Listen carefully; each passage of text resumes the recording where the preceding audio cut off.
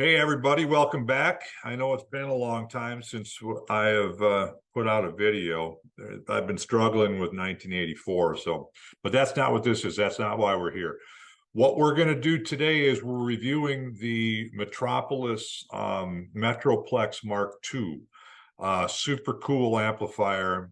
And, I've known George off and on, acquaintances for a number of years. And I kind of reached out to him and we started talking, and he sent me his prototype. He sent me one of the original ones that he figured was pretty much the final design, and asked me if I would, give him a review on it. And I said, yeah, I'd love to. And also I said, I'll do a video for you too. And this is not a paid advertisement. And he wants me to be brutally honest with it. So that's what this is all about. It's a great amplifier. And I think if you've seen George's long form, when he introduces this amp, he did a video about a month ago. It's like an hour-long video or close to it. And maybe it's even longer. Maybe it's 2 months ago now. But this amp is essentially, it's his 68 plexi emulated in a 12-380 channel. That's the serial number of his 68 plexi. And then he's done all the Van Halen mods and put a 12-301 channel in, which is Edward Van Halen's. The serial number on Ed's amp was 12-301. So what I'm going to do today is I'm doing the 12-301, and I'm going to run it through its paces. I'm going to play some popular Van Halen stuff, and I'm going to try to group it by album. And I am not going to do any post EQing. So I want to be really clear about this, because there's no such thing as buying Ed in a box. So the amplifier isn't going to sound exactly like the albums, because the albums were mixed after the fact and then mastered and everything, and microphones hear different than we hear. So I want to be really clear about that. But the amp sounds terrific, and you can hear the foundations of the Van Halen sound. I mean, it's really sweet. It's got this sweet top end, and it's got this full low mid thing going on that is just so hard to find. I'm running the amp full up today, every knob on 10 except the normal channel. Sometimes I dial it in a little bit, but I think today I'm not going to. I think just on all the recordings we're going to do here, it's just going to be just channel 1, which is the 12-301 channel, as far as I'm concerned, in this demo. And like I said, George demos this in his video. So, he demos how the amp works and all that. So I think, let's get to it, and I will discuss in between as we go, and I'll show you what I'm doing. All right, so here we go.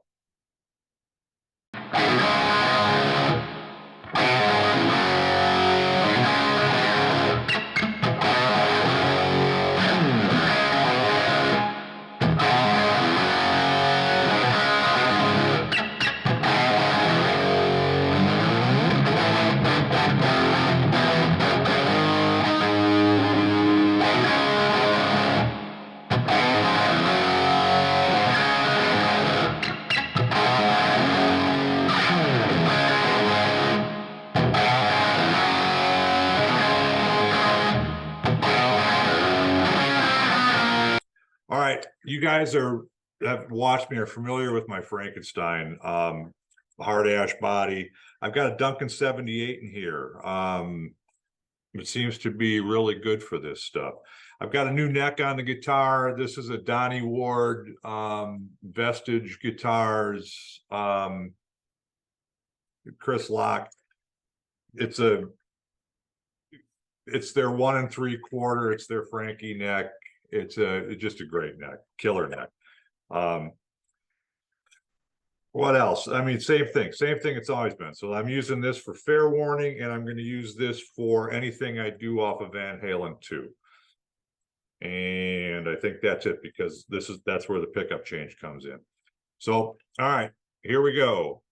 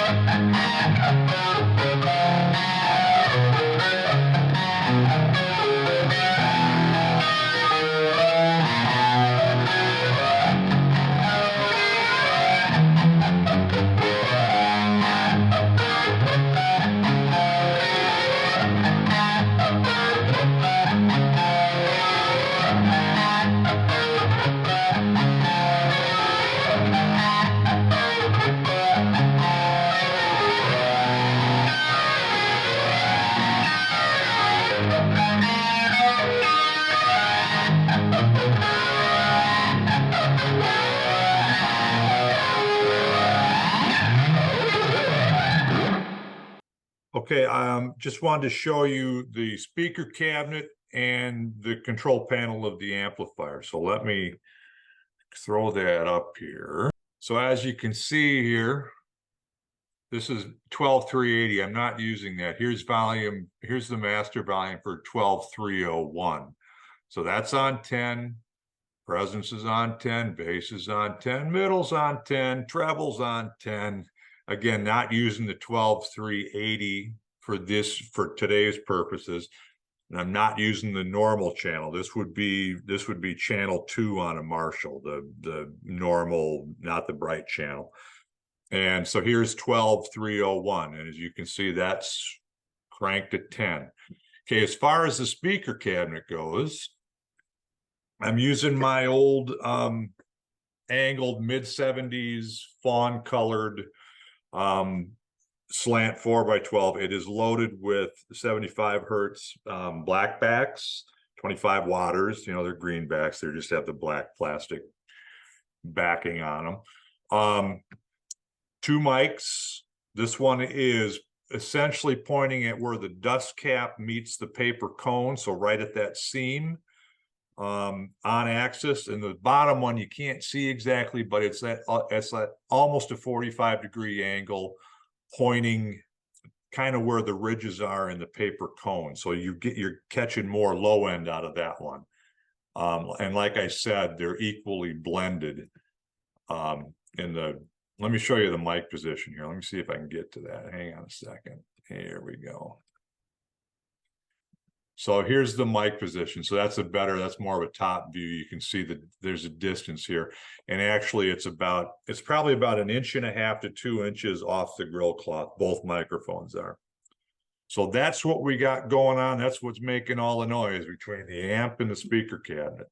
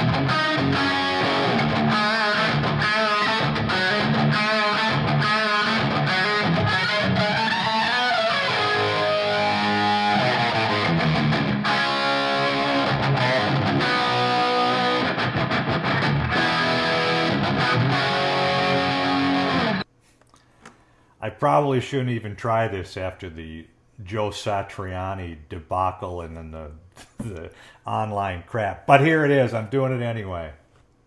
Because I'm fearless, right?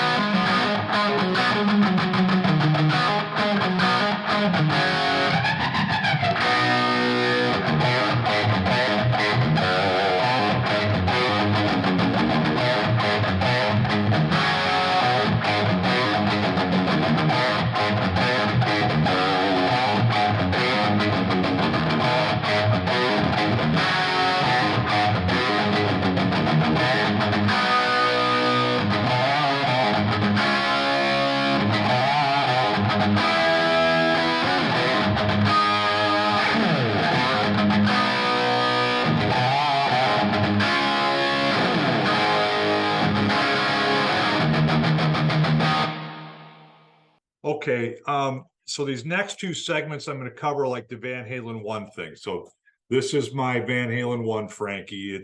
You guys have seen it before in my other videos. Standard trem, Northern Ash body, Warmoth neck. The pickup is a 57 Classic that's 7.625K, and it's got a short A5 magnet in it. So I was trying to replicate what would have probably come out of that 335. It's got a 500K pot. I don't know if I like the 500K or the 250, but that's what I'm using for this. So right now, 500K. So that's for the Strat stuff for VH1. Another thing about what you're hearing, the only differences in tone you're hearing, I'm not changing the settings on the amplifier whatsoever. What I'm doing is I'm changing the signal chain, which is appropriate to the era. So for fair warning, I was running through the MXR flanger into the phaser, but I was running a switching system, a switch box. Okay, so and I don't know if you use that or not. The buffers in those pedals color the tone a little bit. But I decided not to, because by that time he had been pretty far along and he probably rolled some of his equipment into the studio, and he had that Bradshaw switching system at that point.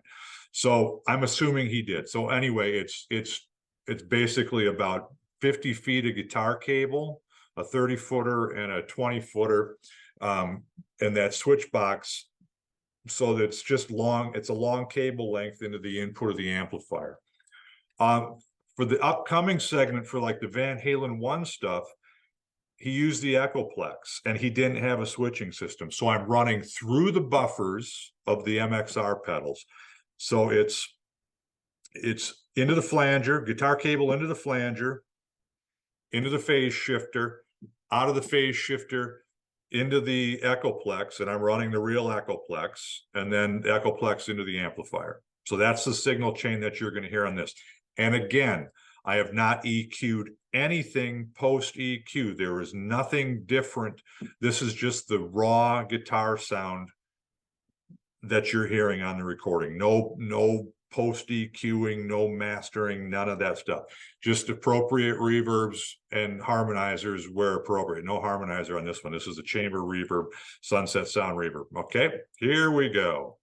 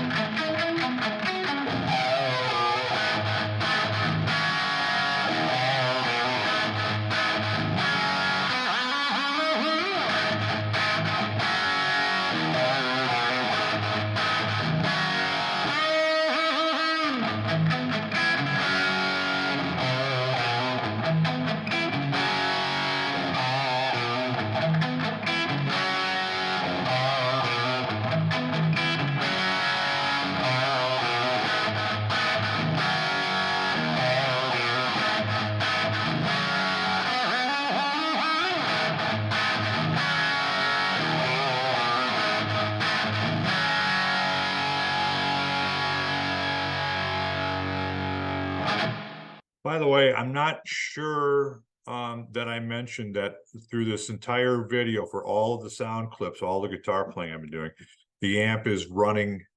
Here, let me share it. I got a picture of the Variac here. So the amp is running at 90 volts. I don't know if I mentioned that or not in my preamble ramble. So that's just, in case anybody was wondering, I'm not running at full wall voltage. I'm running at 90 volts. Okay, all cool.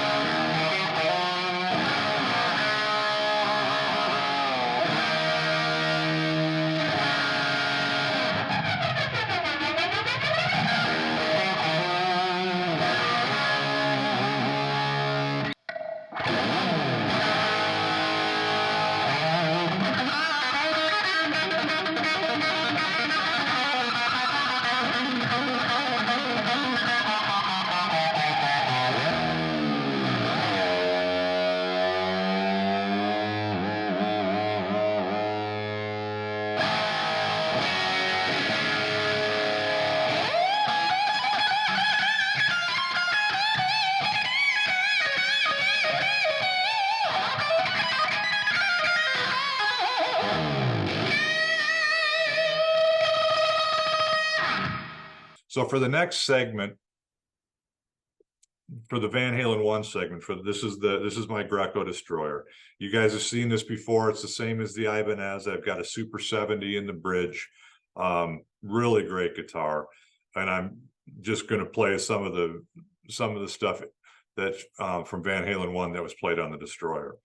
And what you're hearing is the amplifier hasn't changed, the miking hasn't changed, nothing has changed on these setups. You're hearing the difference between the pickups, the guitars, and the signal chain. So the magic started to happen with when they went into post EQing and everything. That's how they got so many different sounds for the album. But the amp didn't change, and nothing changed except signal chain and guitars and miking techniques too. But anyway, so let's get on from there.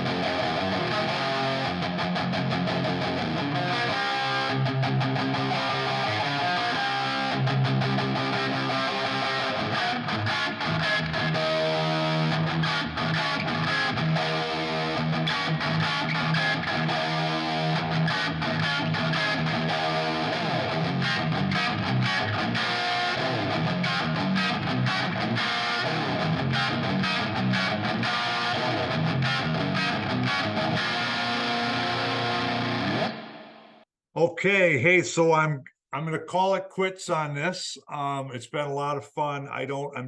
I'm trying to go for a new record here. I'm trying to keep this video under 25 minutes, which is a record for me, right?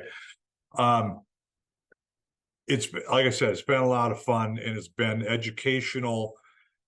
And this amp is killer. I got to tell you, it's got everything you need. It's got the foundations for that sound. But again, I want to stress, there's no such thing as Ed in a box. Okay, you can't buy the sound. I hope I've shown that it's kind of like the sum of a lot of parts. And his sound changed through the years, at least through the early albums. But the amp didn't change. I mean, yeah, there were probably new tubes in it and this and that and minor tone changes. But a good part of it was the change in the signal chain, the change in the guitars, the pickups, and the guitar itself. And then ultimately how they EQ'd it in post. Like they really cut some mids out of it. I mean, they scoop mids out of it on Van Halen 1 and it's a brighter sound and everything.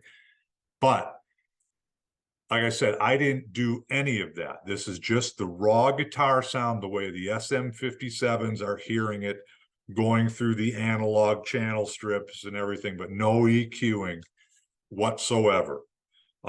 Tape emulation, yes, but other than that, nothing added except the effects. So anyway, that's it. I want to thank George. Cool amp, really great job, fantastic job. It's got the foundation.